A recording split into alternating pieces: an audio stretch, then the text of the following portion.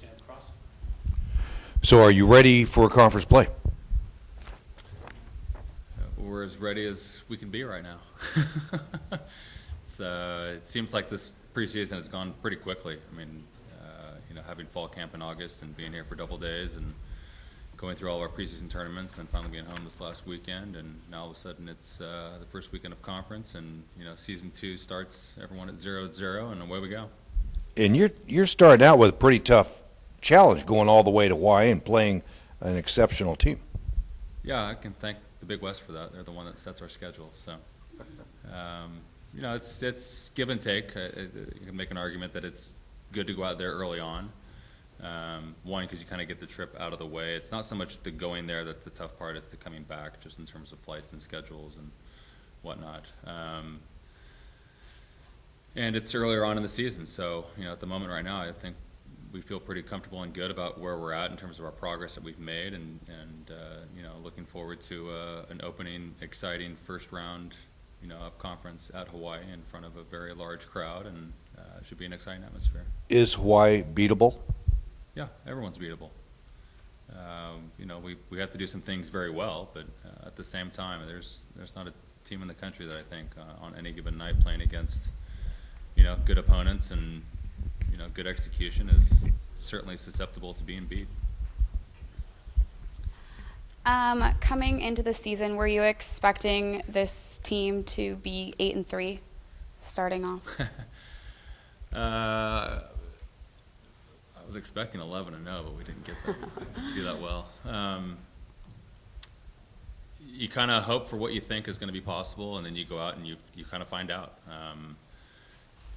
We met with the team today before practice, and one of the things that we talked about was just as a collective group in our 3 matches that we were not as successful as we'd like to be in, that not one of those matches did we feel, especially from the players' perspective, that it was our opponent doing things to us that we weren't able to handle. It was mainly just an execution or a tactical thing on our side of the net that we weren't as good as we would like to have been, or as good as we've been showing that we can do during the course of the matches that we've played so far. So I think they're optimistic about the progress that we're making as a group from last year to this year, since the majority of those players are now sophomores as opposed to freshmen.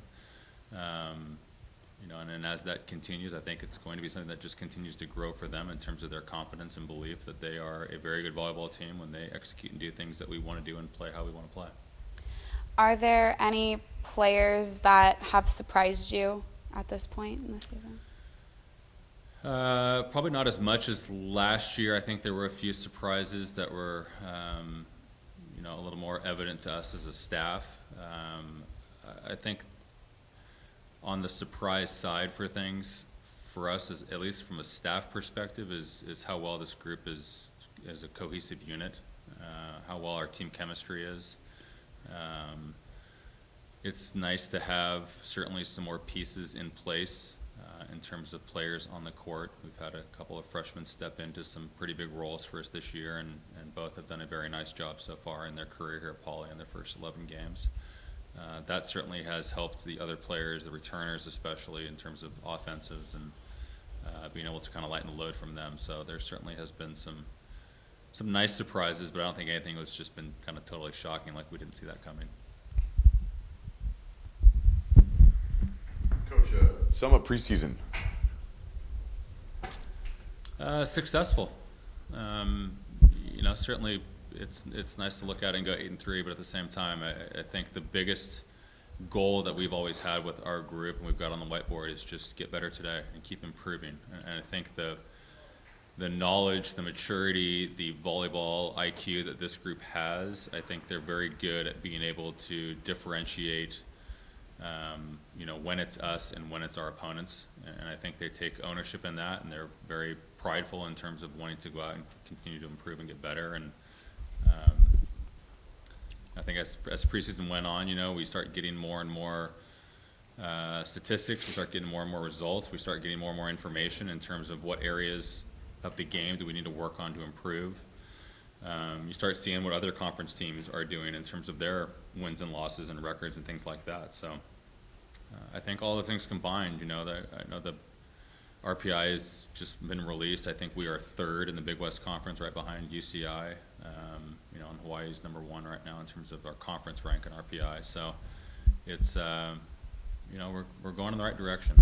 We don't get too much chit chat going on in terms of where we're going to finish and, you know, what's a successful season. And we just keep things very narrow focused, and you know, right now it's all about Hawaii, and after we get back from that trip, we'll focus on our first opening home weekend of conference. You talked about getting better every day. You know, last year again, the youth and obviously the big improvement this year. Have you seen like an improvement just on game 1 to today? Have you seen a large jump in how well you guys are? In certain areas, yes, and in certain areas, probably not as much. Each match is a little bit different, mainly just because of the opponent that we're playing. The areas that we want to be consistently good at, serving and passing, are the 2 biggest.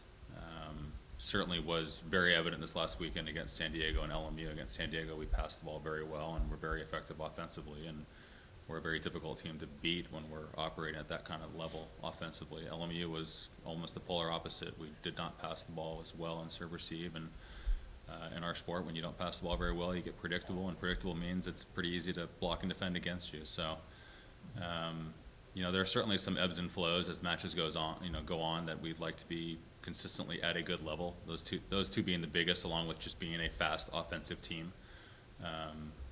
And as long as those 3 things are good and consistent and keep improving, we're going to be competitive with every match we play with. The expectations going to Hawaii, obviously you want to sweep them. What do they do well? They're a good serving team. They've got a few jump spin servers who are, I think, high up there right now in terms of aces per set, which means not only are they scoring points, but they're also probably causing chaos in serve receive for their opponents. They're a physical, athletic team at the net, probably the most dynamic in terms of athleticism. So, you know, they score a lot of points with their blocking. I think they're blocking over 3 balls per set right now, which is a very admirable number.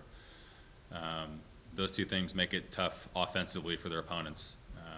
So we kind of have one of 2 options. We can either go in and, you know, kind of show up with guns blazing and take good, hard, aggressive swings and try to play their style of play, or we can, you know, maximize and be good in terms of our areas, which is ball control, defense, and being fast offensively. And the more that we can be in system, the more it negates our opponent's ability to be big and, you know, powerful at the net in terms of blocking. The more that we get predictable, we don't have these same type of attackers that a team like Hawaii has that can go up in terms of out of system, high swings, and still score points at a very high level. You know, we are a little bit more of the precision and the surgeon versus the butcher. Nice. Thank you.